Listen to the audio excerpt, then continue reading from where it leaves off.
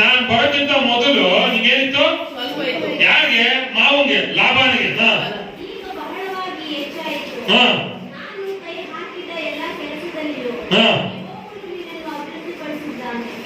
ಯಾರು ಅಭಿವೃದ್ಧಿ ಪಡಿಸಿದ್ದಾರೆ?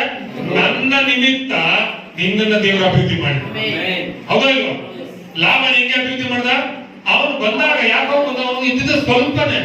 ಹಲ್ಲೆಲೂಯಾ.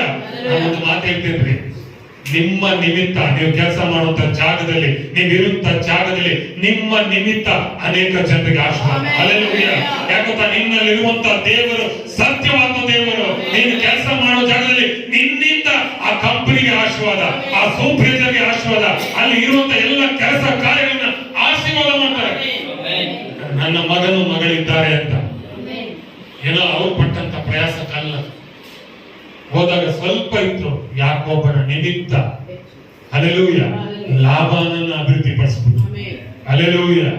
ಇವತ್ತು ನಿಮ್ಮ ನಿಮಿತ್ತ ಕೂಡ ಆಶೀರ್ವಾದ ಇದೆ. ನಿಮ್ಮ ಪಟ್ಟಣಕ್ಕೆ, ನಿಮ್ಮ ಊರಿಗೆ, ನೀವಿರುವಂತ ರೋಡಿಗೆ ಕೂಡ ಆಶೀರ್ವಾದ. ಹಲ್ಲೆಲೂಯಾ. ಅರ್ಥ ಆಗ್ತಾ ಇದೆಯಾ? ಆದ್ರೆ ಪ್ರಾರ್ಥನೆ ಎಂಬ ಬೀಜ ಯಾವತ್ತೂ ಬೇಸರ ಬರಬೇಕು ಅಲ್ಲ. ಲೂಕ ಯೇಸುಸ್ವಾಮಿ ಹೇಳಿದ್ವಲ್ಲ 18:1 ಏನಂತೆ? Very good. ವಚನ ನೋಡಿ ಎಷ್ಟು ಚೆನ್ನಾಗಿರುತ್ತೆ. ಬೇಸರಗೊಳ್ಳದೆ. ನನಗೆ ವಚನ ಹಿಂಗ್ ಬರ್ಬೇಕು, ಇಲ್ಲಿಂದ ಬರ್ಬೇಕು ನನಗೆ. ಹಲ್ಲೆಲೂಯಾ. ಇಲ್ಲಿ ಇರುತ್ತೆ, ಬಟ್ ಎಲ್ಲಿರ್ಬೇಕು? ಹೃದಯದಲ್ಲಿದ್ರೆ ಮಾತ್ರ ಅದು ಫಲಿತ. ವಾಕ್ಯ ಇದ್ರೆ ಯಾರಿರ್ತಾರೆ? ವಾಕ್ಯ ಇದ್ರೆ ಯಾರಿರ್ತಾರೆ?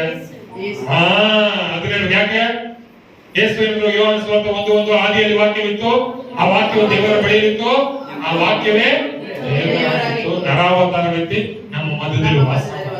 ಯಾರದು? ನೀವು ನೋಡಿದ ವಾಕ್ಯ ಅಂದ್ರೆ ಯಾರಿರ್ತಾರೆ? ವಾಕ್ಯ ಇನ್ಯಾರಿರ್ತಾರೆ?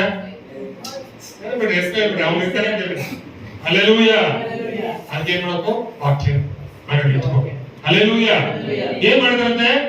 ಅವನ ನಿಮಿತ್ತ ಲಾಭಾನಿಗೆ ದೇವರು ಆಶೀರ್ವಾದ ಕೊಡ್ತಾರೆ. ಲಾಭಾನನ್ನ ಅಭಿವೃದ್ಧಿ ಪಡಿಸ್ಬಿಟ್ಟು, ಇಷ್ಟು ಅಭಿವೃದ್ಧಿ ಪಡಿಸಿದ್ರು ಕೂಡ ಅವನು ಮೋಸ ಮಾಡ್ತಾರೆ. ಯಾಕೋಬಗೆ ಎಷ್ಟು ಬೇಜಾರಾಗಲ್ಲ. ನಾನು ಎಷ್ಟು ಕಷ್ಟಪಟ್ಟೆ, ಎಷ್ಟು ಪ್ರಯಾಸ ಪಟ್ಟೆ, ಆದ್ರೆ ನನಗೆ ನನ್ನ ಮಾವನೇ ಮೋಸ ಮಾಡ್ತಾರೆ. ಯಾರೋ ಅಲ್ಲ, ಗೊತ್ತಿರುವರೆ, ನನ್ನ ಜೊತೆಲಿರುತ್ತಾರೆ, ನಮ್ಮ ಪಕ್ಕದಲ್ಲಿರುತ್ತಾರೆ, ನಮ್ಮ ನೆಂಟ್ರೆ ನಮ್ಮ ಮೋಸ ಪಡಿಸ್ತಾರೆ. ಹಲ್ಲೆಲೂಯಾ. ಅರ್ಥ ಆಗ್ತದೆ ನಿಮ್ಗೆಲ್ಲರೂ? ನಿಮ್ಮ ಜೀವಿತದಲ್ಲಿ ಕೂಡ ಹಾಗೆ ಆಗಿದೆ. ಹಲ್ಲೆಲೂಯಾ. ನೀವು ನಂಬಿದವರೇ ನಿಮ್ಮ ಸಂಗಡ ಇರುತ್ತಾರೆ, ನಿಮ್ಮ ಹತ್ತಿರದಲ್ಲಿ ಇರುತ್ತಾರೆ, ನಿಮ್ಮನ್ನ ಕೆಳಮಟ್ಟಕ್ಕೆ ತಳ್ಳೋದಕ್ಕೆ ಪ್ರಯತ್ನ ಪಡ್ತಾರೆ. ಹಲ್ಲೆಲೂಯಾ. ಆದ್ರೆ ಕೆಳಮಟ್ಟದಿಂದ ದೇವರು ಆತನ ಉನ್ನತ ಸ್ಥಾನಕ್ಕೆ ತಂದ.